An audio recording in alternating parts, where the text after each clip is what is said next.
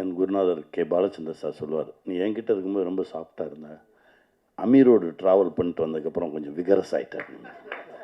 உன்னுடைய உன்னுடைய சீன்ஸ் எல்லாமே கொஞ்சம் வன்முறையாக இருக்குது அப்படின்னு சொல்லுவார். அது உண்மை தான். ஏன்னா அண்ணனோட பயணப்பட்டுட்டு வந்த பிறகு தான் நாடோடிகள் வேறு மாதிரி உருமாறுச்சு. அண்ணனை பற்றி பேசினா பேசிகிட்டே இருப்போம். இப்போ கூட ஒரு பயங்கர காமெடி நடந்தது. டே என்னடா டைட்டிலுக்கு அர்த்தம் அப்படின்னாரு. ஏன்னா ரொம்ப நாள் முன்னாடி சொன்னான், திரும்ப கூப்பிட்டு கேட்போம் அப்படின்னோடனே வந்து சொன்னான், சொல்லு, யூ லிவ் ஒன்லி ஒன்ஸ். நான் அந்த எஸ்ஸை எடுத்துகிட்டு ஒன்லி ஒன் அப்படின்னு சொல்கிறானே, அப்படியெல்லாம் லீவ் பண்ண முடியுமானே அப்படின்னு கேட்டேன். அப்புறம் மேடையில் வந்து அப்புறம் தான் உண்மையான அர்த்தம் தெரிஞ்சுது. எப்பா நீ ஏதோ சொன்ன, அவன் வேறு ஏதோ சொல்கிறான், அவன் ஆமனை இப்போ மாற்றிட்டாங்க போல் இருக்கு அப்படின்னு சொல்லி இப்போ சமாதானப்படுத்திடுச்சு. அது ஒரு பயணம்.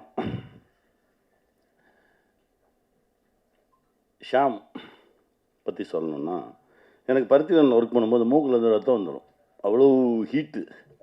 இவர் கிண்டல் பண்ணுவார், நீ என்ன ஜெயபிரதா மாதிரி மூஞ்சில் மூக்கில் உனக்கு ரத்தம் வந்துடுது அப்படின்னு இவர் கிண்டல் பண்ணுவார். ஷாம் வந்து என்கிட்ட சின்சியராக கேட்பேன், சார் இல்லை சார் என்ன பிரச்சனைன்றதை உடனே பார்க்கணும், போவோம் ஹாஸ்பிட்டல் போவோம் அப்படின்னு சொல்லி என்ன நிறைய நேரத்தில் என் பக்கத்தில் இருந்து பார்க்கும்போது தான் நானும் ஷாமும் ரொம்ப கிட்ட நெருங்கணும் உளவியல் ரீதியாக.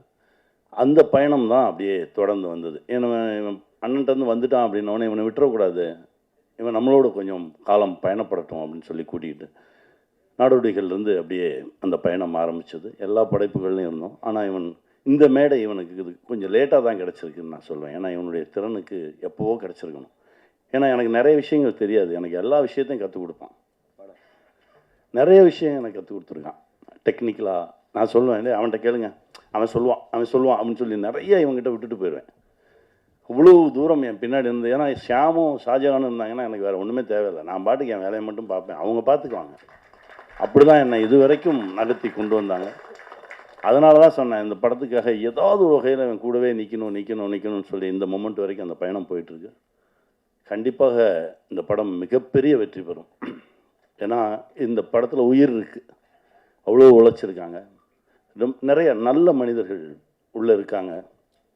தேவ், கவலையப்படாதீங்க, நல்லா வருவீங்க, சந்தோஷமாக இருப்பீங்க.